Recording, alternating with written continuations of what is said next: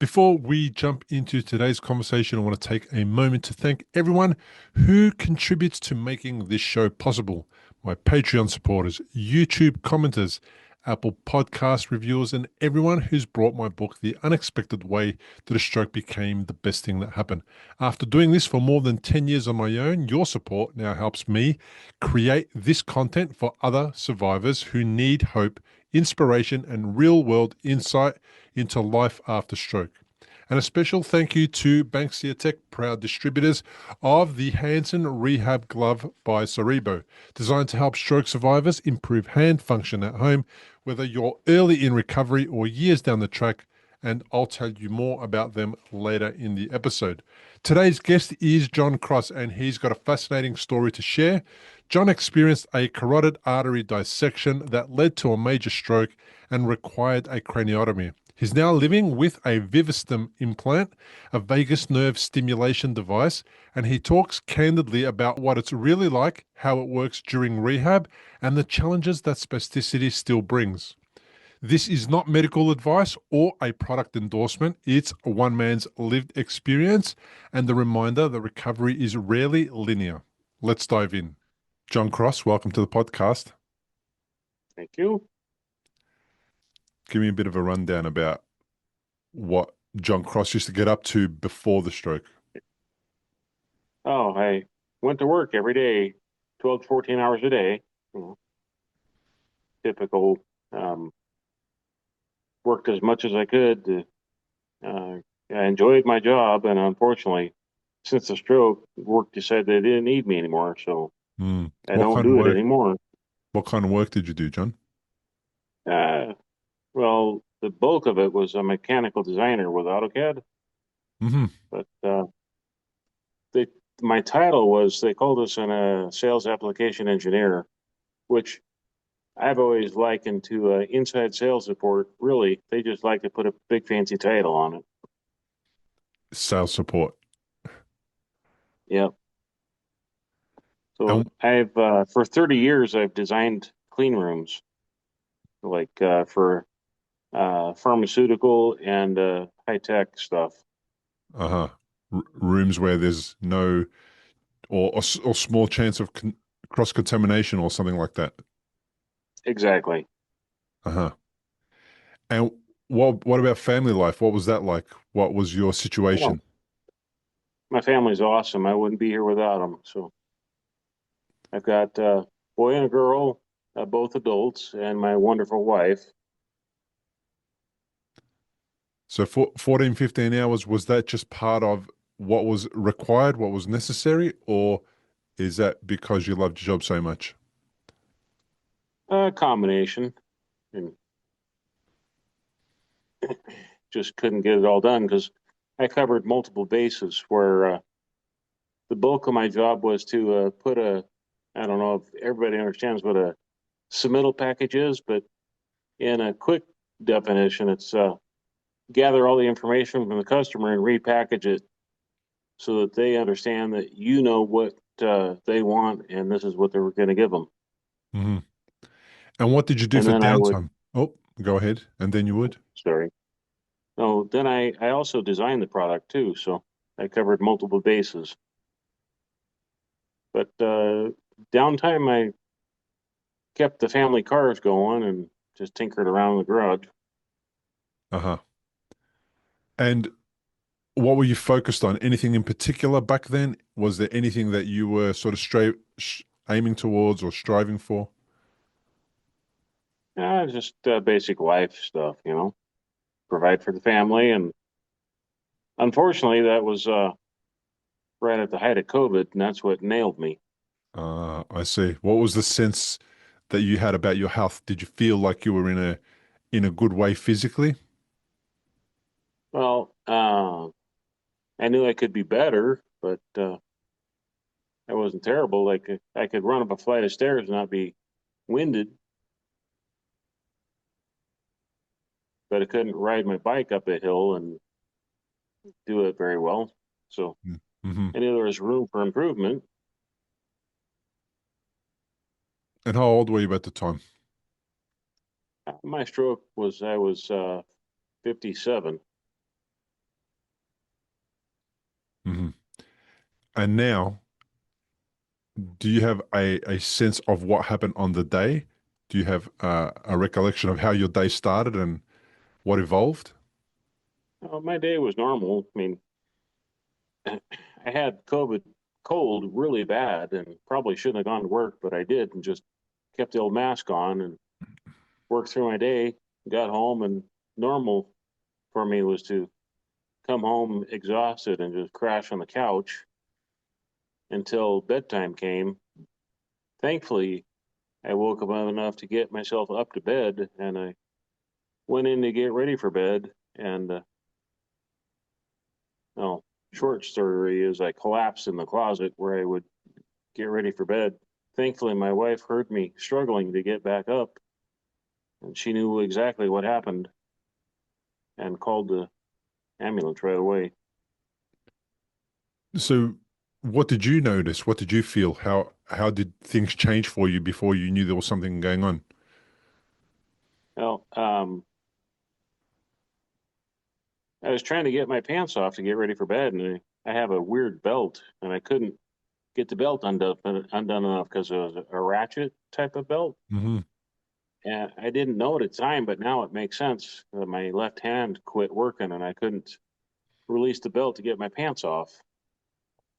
So I leaned up against the wall, and before I knew it, I was on the floor. Uh-huh. And was there any, other than having COVID, was there any other sort of suggestion now looking back that there was something going wrong that perhaps was a red flag? Well, now I know. I explained to the doctor, I had an earache, and see my carotid artery dissected, and he said the earache that I thought I was having was actually my carotid artery starting to go. Uh-huh. And I've had some people who join me on the podcast with carotid artery dissections. Often there's a trauma that's related to it. They've been hit or they were in a collision in a vehicle or um, something happened that made their carotid artery dissect. Did you have Oh, anything like that? Any blunt force trauma or anything? no, the doctor said it was just my coughing so hard all the time. Wow. From the Yeah, COVID. yep. Wow. And was it that hard? The coughing, was it that hard that you felt it was worse than ever, or was it really, really difficult to cough? How was it that bad? Uh, I just had a lot of stuff in my throat trying to cough it up, and Mm. the constant tickle, trying to get rid of the tickle. So,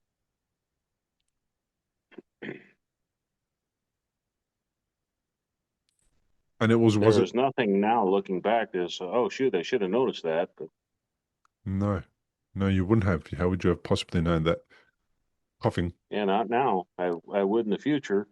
Yeah, yeah, that's another very strange way to discover that somebody has had a stroke. I've had all sorts of different ways. People have been bitten by a dog that caused a stroke. People have hit themselves in the neck and caused a stroke. People have sneezed and caused a stroke.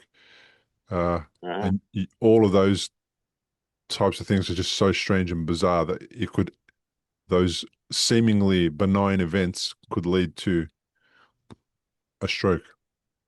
Yeah. And I sneeze very hard. My family's always proved me about it. And I told the doctor when I was in rehab, I'm afraid to sneeze. And she said, don't be afraid to sneeze. Like, well, doc, you didn't have a stroke. I did. Yeah, from coughing as well. And did they Yeah. connect the dots quite quickly? Did they work it out early, or is that something that you kind of connected the dots on a little later? No, I think with their help, it all kind of came together once, I was in the process of not dying, if you will. Uh-huh. I can't even remember if it's craniotomy or craniectomy where they take your skull flap off. I Yep. can't keep them straight, which one's which. Yep. So I was recovering from that procedure when the doctor was talking to me. And I told him that I had COVID weeks before, and he said, "Ooh, COVID stroke." And then I described the pain. Okay, that's what happened. And described it because they had the typical questions. Did you see a chiropractor? Nope. Uh-huh. Uh, Tell me about the craniotomy. Why did you have a craniotomy? uh, just to release the pressure. Uh-huh. So They had the actually told my wife I was gonna die because my had so much pressure in my head. and the pressure, is that as a result of the dissection, and what happened to your head after the dissection? Yeah, well,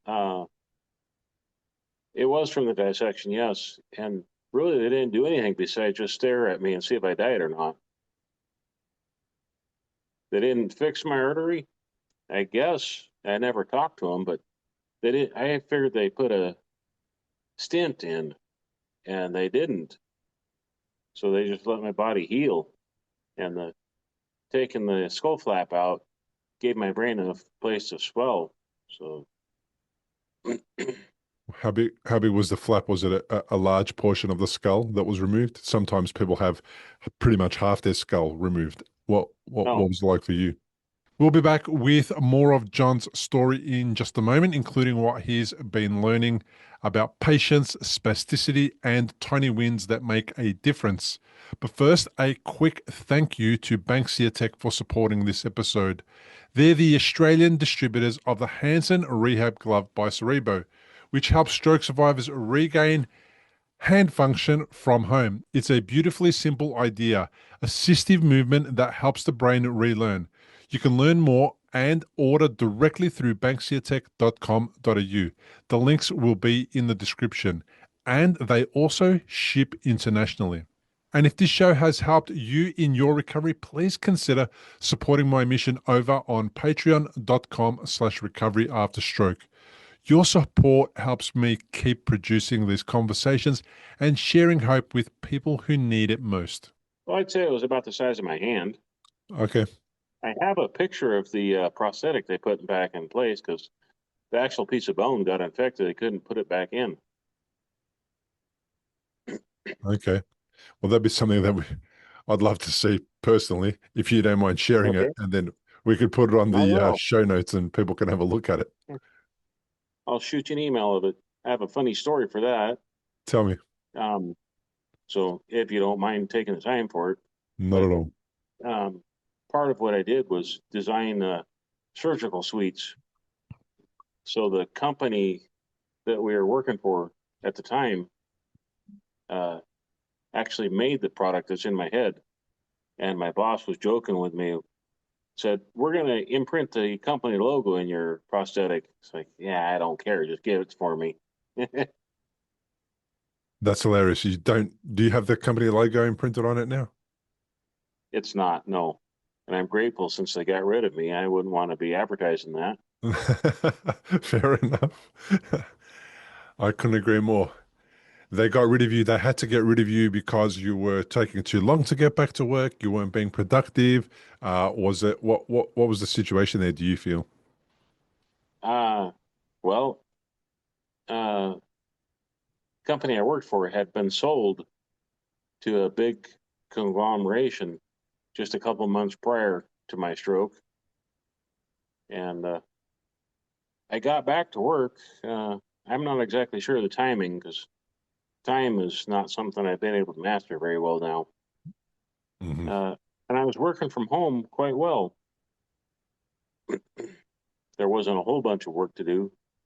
And anyway, um, my recovery slowed down. I hit the old plateau, if you will. Hmm. And we had found clinical trials down in Houston. So I went to talk to my boss. I said we wanted to move to Texas so I could get into the clinical trials. Can I work remote? And he gave the okay. And literally 2 weeks before moving day, HR called and said, "We've been talking and we're kind of slow. So we're going to move you over to contract work and give you work as we need it."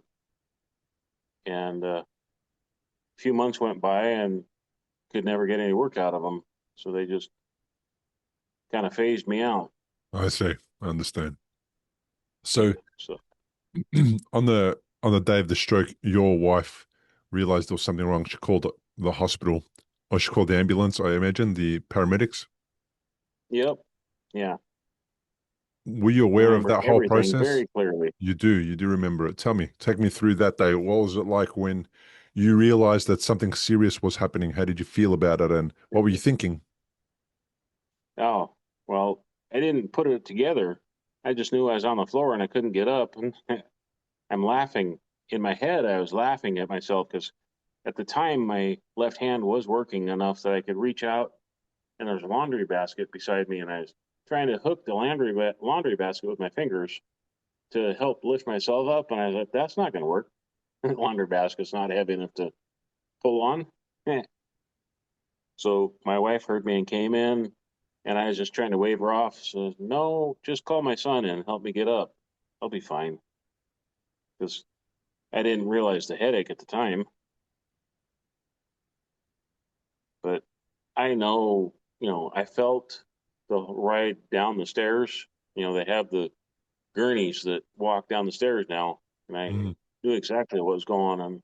I had a pocket knife in my pocket at the time, and I knew I was going to the hospital, so I was trying to get it out of my pocket to give my wife, and she could see what I was doing, and she said, "I already got it, hon."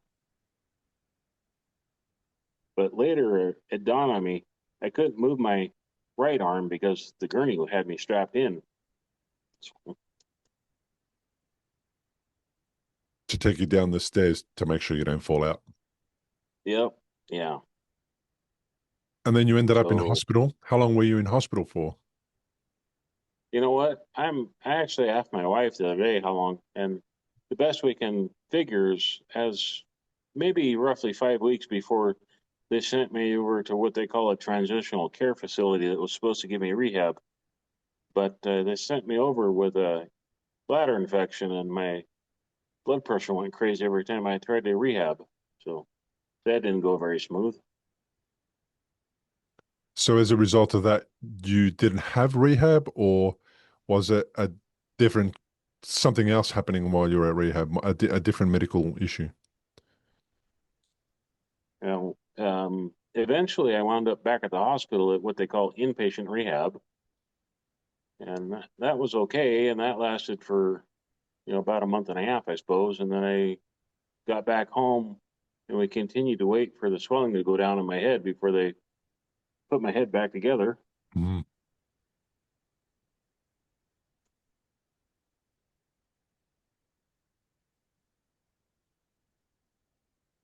And then they put your head back together a little while later. Yeah, so my stroke was in June. I got my head put back together. Oh boy, June of 22. This is where I have trouble with time Hmm. because I got my head put back together in September of 23. Okay, so quite a while later, over a year.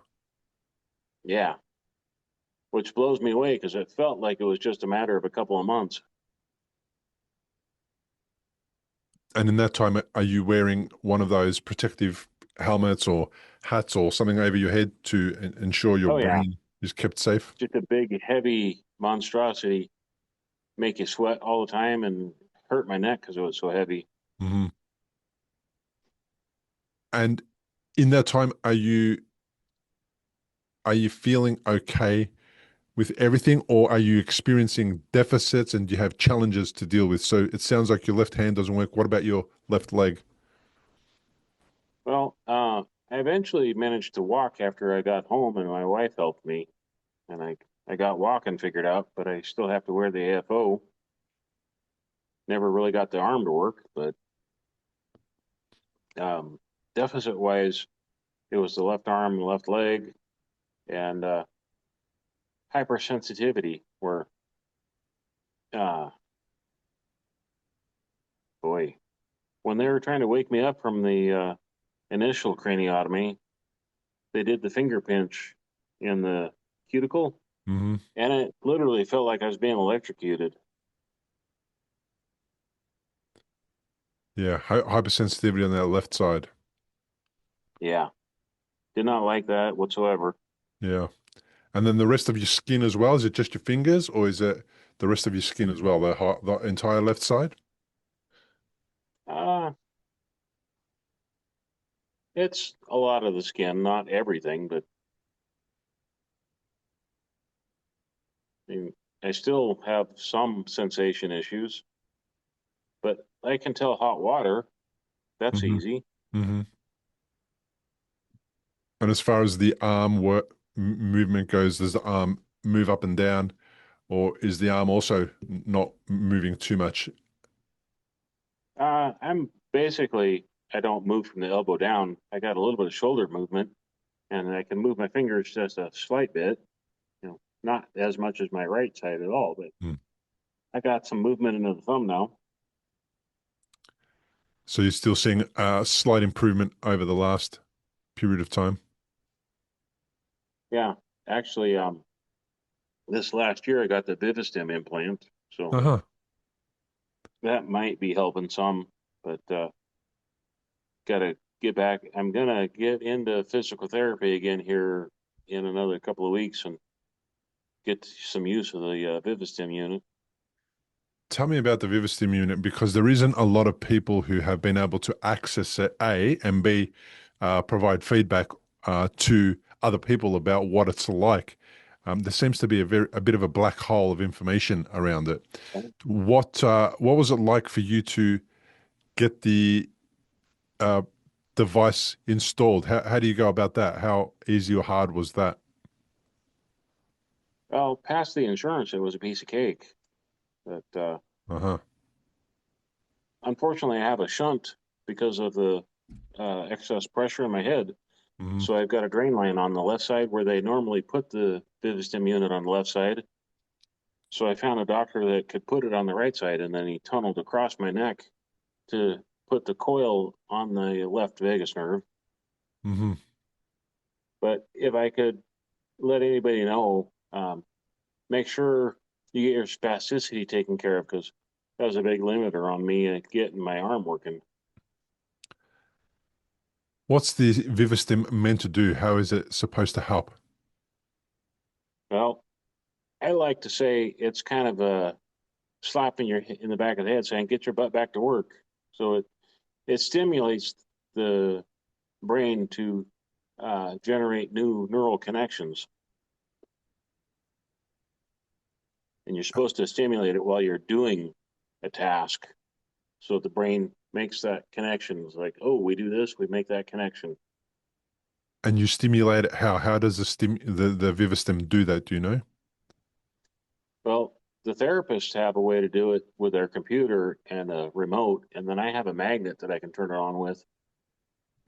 Okay. And what does it feel like when you turn it on? How does it feel? Well, they say I should feel a tickle in the back of your throat like you need to cough, but I've never felt anything. Nobody said why I don't. Just that's just the way some people are. Uh-huh.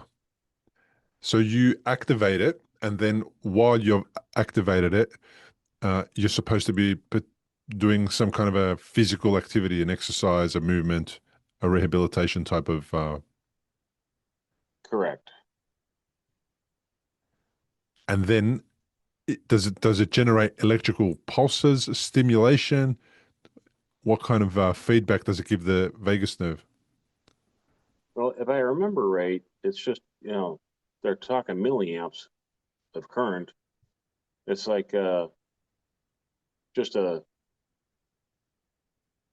very, very short duration of time, like every 5 seconds. It only lasts for about 30 minutes. And then you have to switch it off, or does it have a set amount of time Well, that it works for? it has a set amount of time. Do you know why that is? That's just what they determined that is best for rehab. So you're supposed to have, and I had 6 weeks of therapy right afterwards. So you're supposed to have, the how they say you have X number of movements to make to ingrain stuff back into your brain. So you're just trying to amplify that time. I I guess understand. repetitions is the word I was looking for. Uh-huh. Okay. And how big is the device? Oh, it's a large matchbox, basically. And does it sit under your skin somewhere? Yeah. I don't know if you can see. I got a Small bump and a lump. scar right there, Uh-huh. Yep. but I can definitely feel it. It's right there. Uh-huh. And then does it have a battery? How long does it last? Do you know? They say it lasts up to 7 years. Okay. So you got But through all of the drama with the insurance company. Was that quite a drama? oh yeah, I'd have to look back at records, but they said when I went in, the doctor okayed it.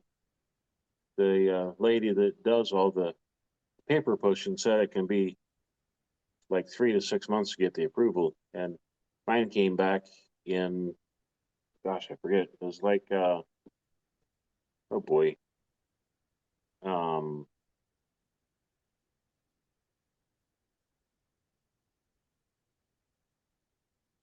maybe 30 weeks, I think. Hmm. Hmm.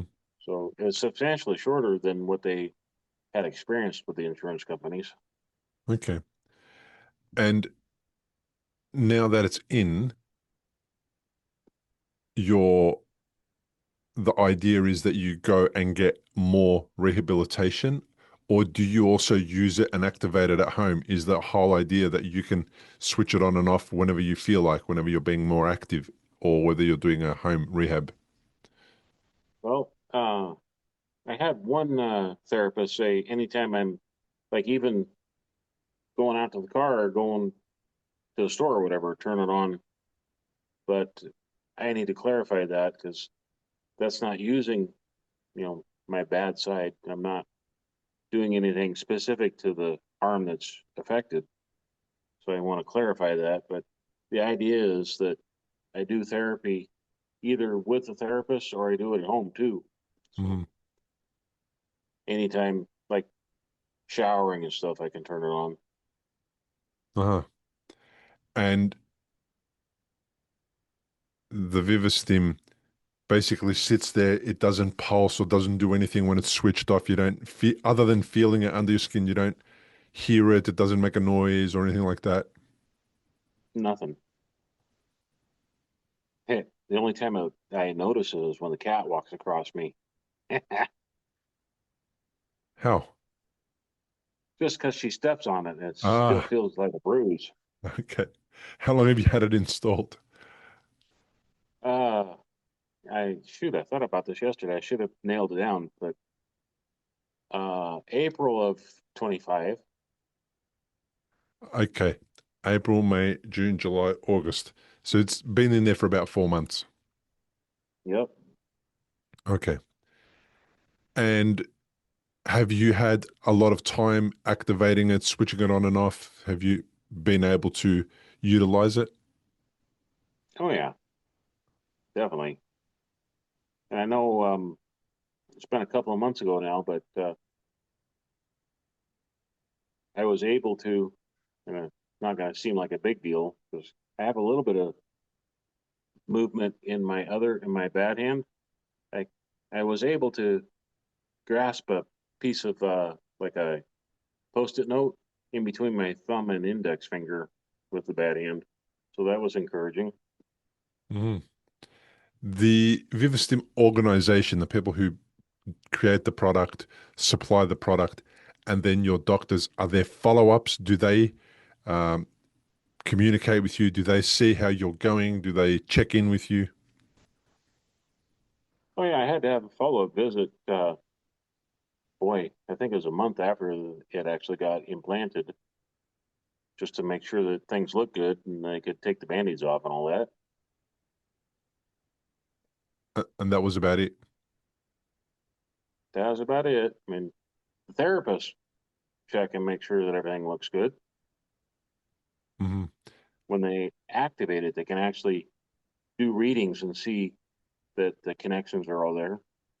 Uh-huh. So there is a way to connect into it, get a reading, I imagine on a computer or some sort of an app or something. Yep. exactly.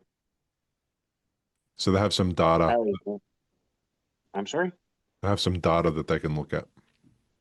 Yeah, I was hoping that it recorded and they could look back at the recordings, but it doesn't do that. So it's just live data that they see. I see. And then first, you have to get the Vivistim. Uh, you have to get the insurer to approve it. Then it has to get installed.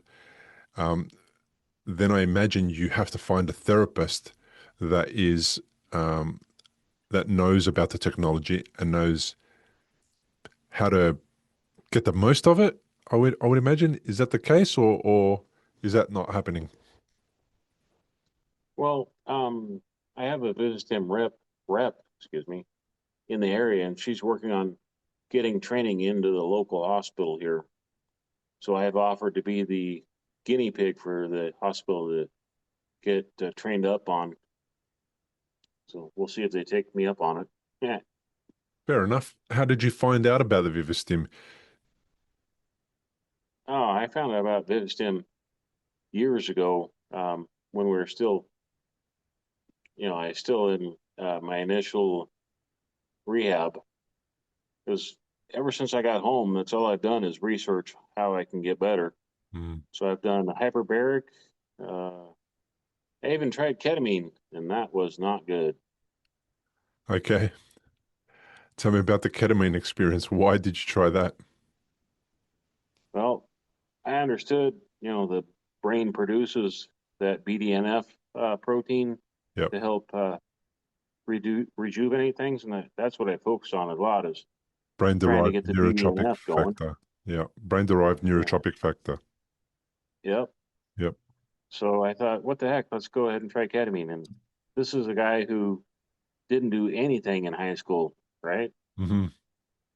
So thankfully, my wife stayed with me because it was a, I'll say it was a bad trip because I don't know what a good trip would be. Yeah. Okay. So your first experience with substances that you most of the time should be avoiding was Yeah, after a stroke. correct. Uh-huh. Well, about that's probably about it. We're not going to talk about it any more than that. We'll just leave it at that. It's not a good Okay. thing. You do know you don't suggest people should go down that path, I imagine. Well, it depends on your personality and your ability to handle being wigged out. But there's a new uh, Algernon is the company. They are working on a product called DMT that is a synthetic version of something your body can produce, which is a natural hallucinogen that can achieve similar results to ketamine without getting you so messed up. Uh-huh. So I have an appointment with my new doctor uh, just in another week or so. I want to talk to him about the possibility of being able to use it, give that a shot. I see. Understand. So the idea is to activate more of the brain, isn't that the idea with ketamine and psycho psychoactive drugs? Yes, good way to put it. Yeah, and then hopefully you activate parts of the brain that perhaps may have been dormant, or support the ones that are dormant to come online, uh, and then as a result, potentially gain some function. Yeah, even if it's as little as getting the good half to take over. Yeah, understood. So your well, what were we talking about before we spoke about ketamine? Um, Uh, bit, you were on the Vivistim. we were talking about Vivistim. People are getting trained up in your local area by the Vivistim rep to support hospitals, I imagine doctors there to work with the product to make the most of the product. You had it installed by the team that installed it. Are they Vivistim people? Are they doctors? Who are they? Who installs it? Just a neurosurgeon did it, and he's trained up by Vivistim. Mm-hmm. So once you have it installed, you don't have to necessarily be at a clinic that knows about Vivistim because you can activate it yourself. Mm-hmm. 'Cause any physical therapy is good for you. Just get your repetitions in. Mm-hmm. Just need to do them the right way. And is the idea to have it installed for the entire 7 years permanently after that, or? I never thought to ask about removal if that's an option or not. But as far as I know, it just stays there. It's kind of like a pacemaker, but it's a pacemaker for your brain. Understood. Okay. Wow. What an interesting experience that is to go through all of that. Hopefully it gets some stuff happening on your arm and on your left side there and improves things for Yeah. you. Have you have you had some changes that you associate to the Vivistim that you can say perhaps it's as a result of the device? Well, not necessarily, but grabbing that post-it note, I had never been able to do such a thing. But Hmm. like I said, I have a little bit of movement like this with the bad hand. Hmm. So I just when she gave it to me, I tried harder to actually grab a hold of it. So might have just been the encouragement of let's go ahead and try this now. Yeah. So, You but s- the big thing I want to be able to do is I don't know, something silly is just scratch my nose. with your other hand. Yeah, because right now I have to pick my hand up if I want to do anything. Yeah. Understood. Well, I hope you get there, mate. I really, really hope you do. I appreciate that, and I'll give you any positive updates. But making the move back to Oregon has been great because I got connected with a lot of people here, so that's encouraging. Hmm. Hmm. You seem Going, very, very, very mild mannered.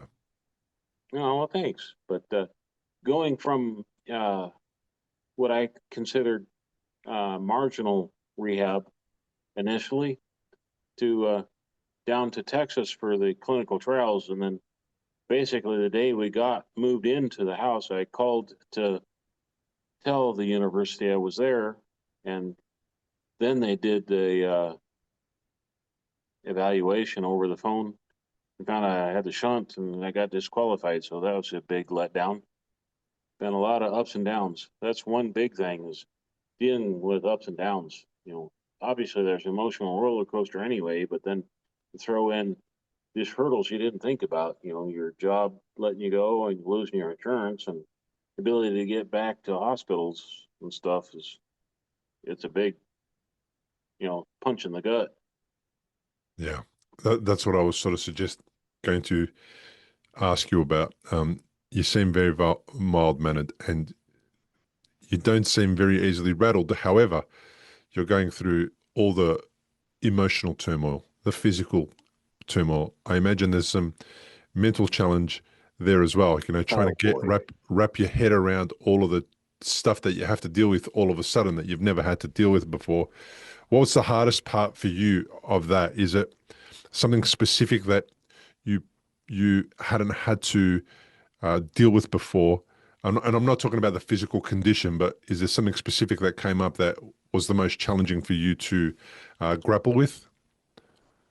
Well, the biggest thing I think was emotionally, you know, I always felt my poor wife has just been through it, because I was basically a little kid again Mm-hmm. as far as being clingy and needy. I Mm-hmm. didn't want to be left alone. Through fear, Yeah. that something might happen again. Well, I've learned to understand that it's, not real. It's just my brain, since there's so much of it missing and it's just messing with my ability to reason. Okay, so that's a really great distinction. So it's beyond just irrational fear that, or even rational fear. It's beyond I had a stroke, I might have another one. I need somebody around with me all the time. It's also, you understand that it's also the injury actually in your brain that perhaps could be running these types of feelings. Yes, definitely. And I wish that they offered, you know, I mean, usually people don't really like the idea of the doctor offering you to talk to a psychologist, but Mm, that would have been great to have somebody specific that could have helped you understand that this is going to happen, be ready for it. yeah. There isn't much conversation after that initial um, intervention to make people feel ready to go home, so to speak, or not feel ready to just send people home. There is no Yeah.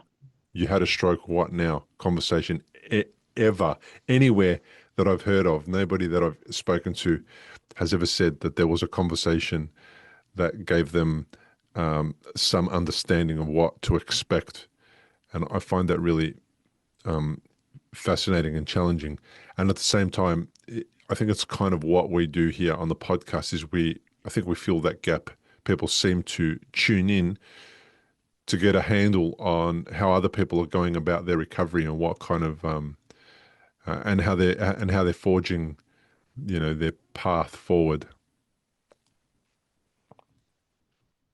Yeah. That's one of my, uh, you know, hopes that I can help people understand better. Maybe even if it's the doctors, hey, the patients need this kind of support afterwards. But I'm not medically educated, so I don't know if they're going to listen to me.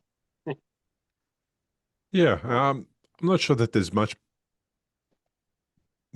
I'm not sure that there is a lot of conversation between patients and their doctors. The doctors tend to um, need to move patients on. They tend to get you to a state where they can send you off to make the space available for somebody else rather than have you come back, provide them with feedback perhaps on your experience, their customer service, the tools that they offered you, the support that they gave you.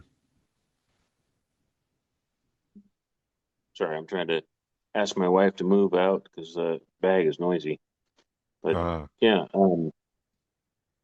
I think I really want to try to help uh, people in the future learn to cope with this stuff.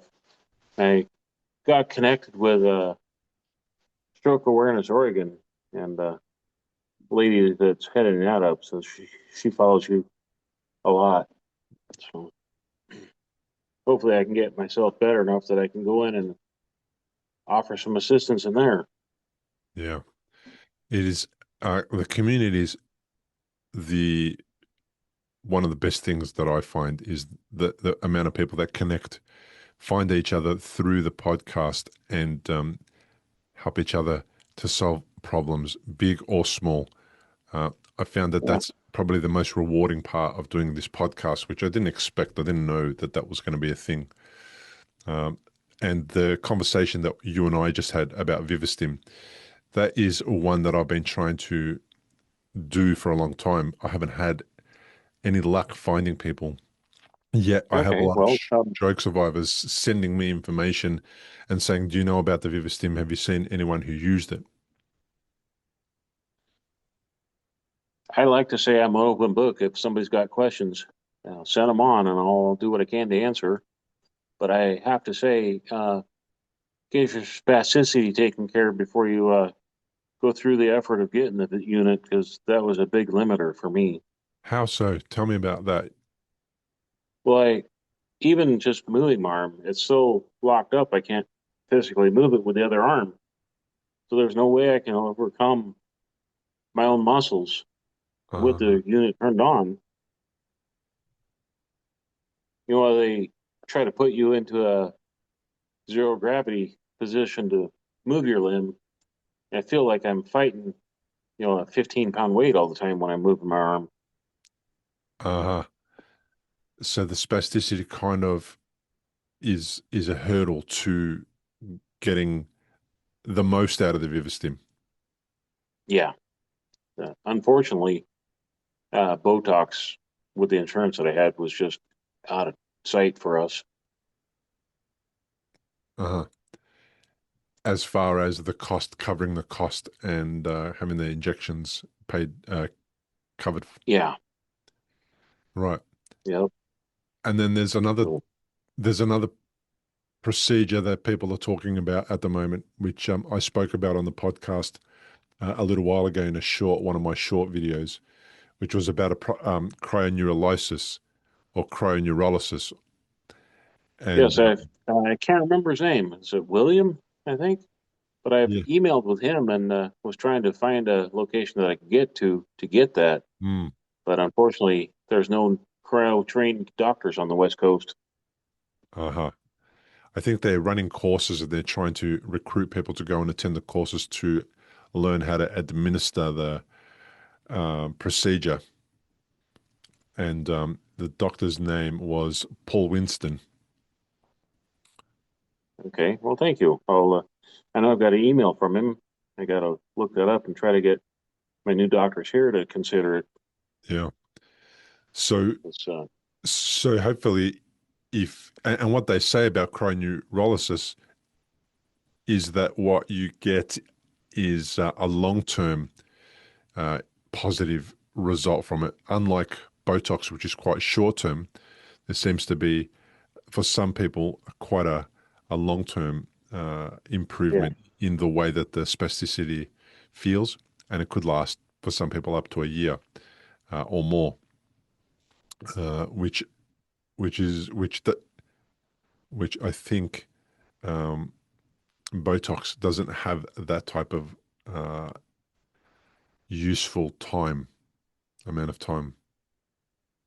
no, it takes quite a while for it to actually start doing what it's going to do. And then, excuse me, it does wear off afterwards. Oh, Mhm. So how how did you go with the psychology part of this recovery? You wished you could have had somebody support you or offer you that type of service. Did you take up that later on? well, just after understanding it, I just learned to cope with it. I didn't really get to. I tried to get in to see a neuropsychologist, and my insurance didn't cover it, so never got there. The psychologist and neuropsychologist are slightly different, though. Neuropsych will determine your deficits as a result of the injury and kind of map it to your brain and tell you that um, this is what your deficits are. And that kind of gives people a bit of an understanding of where they can focus their rehabilitation effort. Whereas a psychologist is going to talk to you about the emotional side or the cognitive side of the recovery. I assumed that it was just going to be the cognitive side to let me understand what I was up to for a challenge. Thankfully, my daughter had a little bit of a medical schooling, so she kind of knew what was I was in for, and she and my wife talked and clued me into stuff. 'Cause, I didn't like have fits of rage, but there was times where I just didn't control myself like I should have. Hmm. Things that angered me easily, and looking back, I feel really bad about some of the stuff that I had done, just losing my temper. Is an out of character. Yeah, Pretty common. I hear that. I was the same. I misbehaved a number of times. Apologized later, but behaved in a way that I'd never behaved before, really aggressively after what I'd been through and the frustrations that I was experiencing. My wife was the person who bore the brunt of that. Who was the person who bore the brunt of your outbursts? yeah, huh. Well, uh, my wife has been just heaven sent. I can't say much more than that. She's just been a peach, if you will. I wouldn't be here still. She's held the family together for 3 years now, done an outstanding job. Mm. So, looking back, how have you changed? Obviously, not just physically and emotionally and mentally. Clearly, the strokes had an impact on you, but how else have you changed? Where do you see Oh some changes? boy, that's that's a big question. Well, still very anxious to get back to life. Uh, Anytime I reach out for help, it's like I'm just trying to get back to life because I mean I took care of everything. Like I was telling somebody in one of the emails I sent, it's my poor wife has to do everything. Leaky faucet, taking the garbage out, everything. That used to be what I did, and I enjoyed fixing things and taking care of stuff, and now I can't do any of it.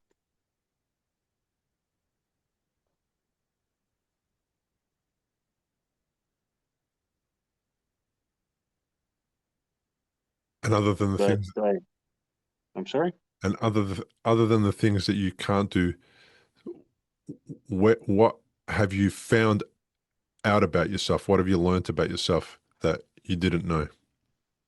Yeah, well, I'm nowhere near as strong as I had hoped I would be. Eh, Uh huh. Strong how? Emotionally.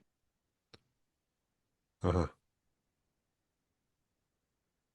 Hmm. But, yeah, Pretty normal to have an emotional challenge after stroke. Most people will go there, and it's hard yeah, for everybody.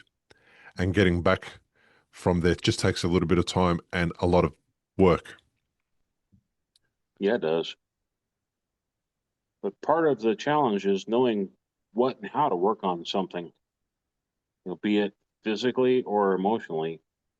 Like, how do I go about this? I mean, I'm just grateful that they don't the old school ways of, tie the good hand behind your back and say, okay, now figure it out, because I would be lost. The tough love way. Yeah. So I have a couple of ideas I will probably email you. Don't need to waste time explaining them on the podcast. So Mm, mm. if you don't mind, I'll put it in the email when I send the picture of my prosthetic to you. Yeah, fair enough. Um, Okay. yeah, that'll be fine. I'll be happy to receive your email. Um, All right. Thanks, Bill. you're welcome. Are you done now? Are you tired? How did we get to this stage? I'm doing good. I mean, Yeah, I just want to answer any questions that you got, and I've got I I've can't got think of anything else that's specific for you. okay. Well, that's Uh, all right. I have a few more questions, so we'll wrap it okay. up in a little bit. But I wasn't trying to wind you up or get you off or anything. Okay. So y your engineering background, is it helpful in this situation? Because engineering is about solving problems. CAD and all of that is about visualizing something and finding where parts fit and how things um, can improve, or if you do this, or what kind of result you'll have. Have you applied any of those skills into your recovery? Well, I've tried, but it's also a detriment too, because you think you can get something figured out, but then there really isn't a way. If you can't move your dang hand, I can't do that. It's like something simple like washing a pan out. It's like I need two hands to do it. Hmm. So you're right. It is, with that background, you kind of have a different aspect of stuff, but it's also like I should be able to figure this out, but I can't. You can't yet. Well, just because, the solution I have in my head isn't possible right now because I don't have use of that hand. Mhm. So it sounds like you have to get creative, because a lot of people have been through what you've been through and are getting about their kitchen with one hand. Right. Yeah. there'd be devices that support people getting around the kitchen with one hand. Now, perhaps not to wash a pan.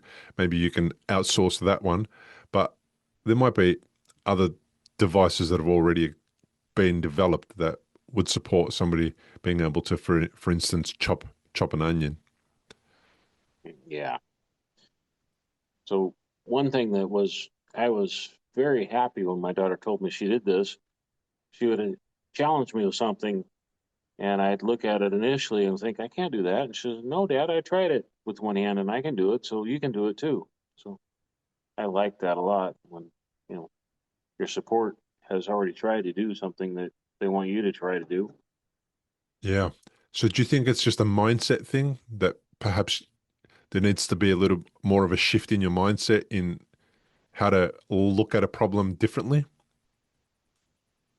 Yeah, instead of instantly thinking, well, no, I would normally do that with my bad hand, but now I can't, so I'm not going to try. So that's a mindset. Mm, mm. So I'm not going to try. Okay. Yeah. Yeah. That's probably the worst thing that somebody can do is not fail, Yep. because at least when you fail, you find a way. Um, you you might learn something about why you failed or how you can perhaps decrease your chances of failing next time. Definitely. If you could share one lesson from your journey so far, there'd be people watching just newly diagnosed, going through the early phase of their stroke. Is there any wisdom at this stage of your recovery that you might impart on other viewers or listeners? Well, one thing I'd like to say is, you know, just do your own research, and unfortunately, you got to be your own advocate, and work with it. Try to find doctors that'll work with you. Be patient too. I found that I